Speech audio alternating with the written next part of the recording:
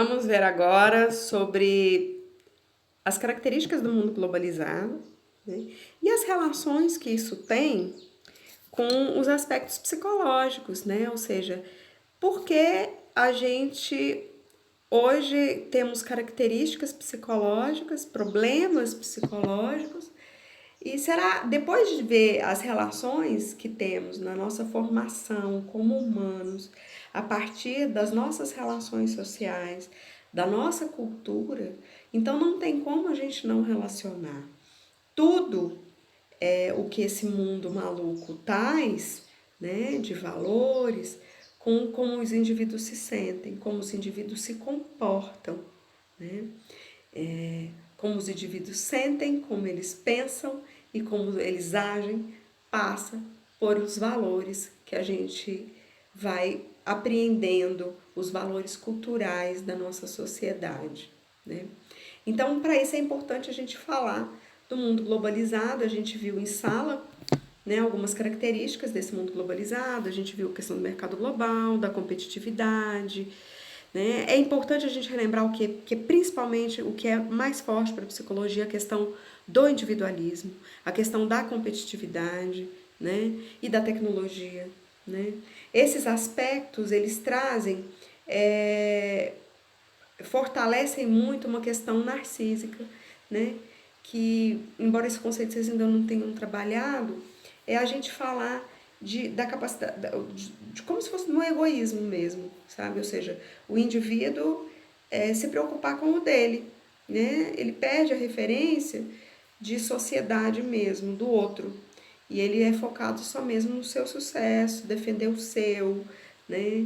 E quando a gente fala de um mundo competitivo, a gente fala principalmente do desenvolvimento dessas características que acabam sendo geradores de muita ansiedade. A gente vai ver isso agora, né, que são as consequências da tecnologia da informação e comunicação, as nossas relações são mediadas pelas tecnologias, como a gente está tendo agora, né?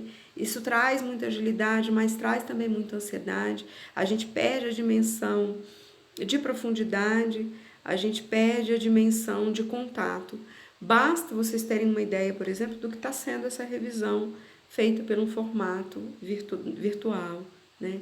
A gente perde um pouco a referência do outro, de emoções, e aí tudo isso tem que ser mediado pela tecnologia, né? Então isso a gente tem que ter uma habilidade e uma agilidade, né? E isso acaba trazendo umas sensações de ansiedade, de pressa, né?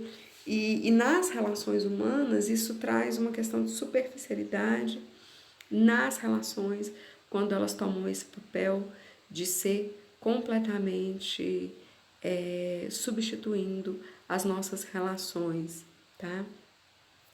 Então, temos um mundo ansioso, temos um mundo mais superficial, essa é uma característica, né?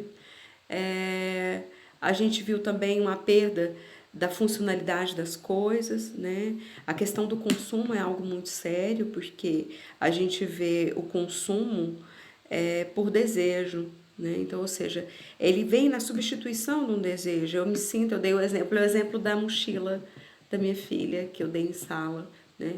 Eu busco, quer um amigo, em vez de identificar esse desejo, saber como lidar com ele, a conseguir desenvolver os recursos para se conseguir uma colega no recreio, eu vou querer uma mochila da Kipling, porque ela vai me dar rapidamente um efeito desejado, só que não é algo real, né?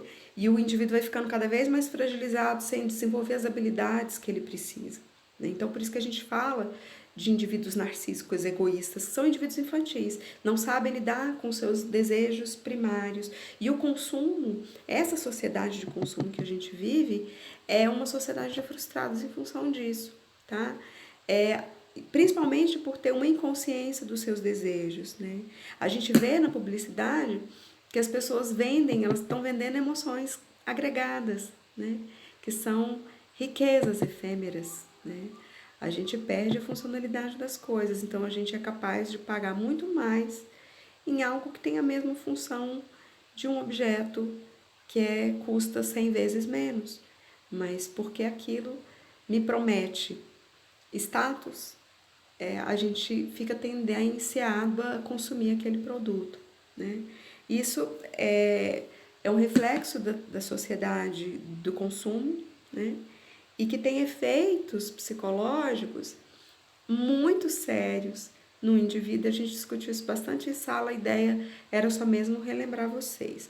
Alguma dúvida, pode por fora, tá?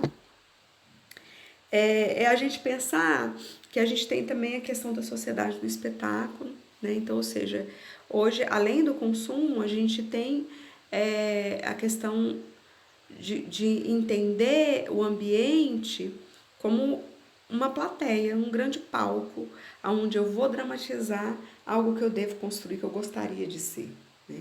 Então, as pessoas vivem como se fossem personagens. E isso, na dimensão psíquica, é algo também muito destrutivo, tá? Basta a gente olhar as redes sociais para a gente ver isso de forma muito clara, é muito claro, né? E isso faz com que a gente vá na contramão do que é ser humano, né? Então, a gente costuma dizer que é uma desumanização de forma intensa, porque você tem que viver muito fora do que é o padrão real, né? A gente discutiu a questão do envelhecimento, a gente discutiu a questão do tempo, né? E viu como esses padrões eles vão desvinculando o indivíduo da realidade, né? E ele tem que viver num modelo de ideal que é inatingível, que é impossível, né? E isso traz para o indivíduo muita angústia, tá? É muito gerador de angústia mesmo, né?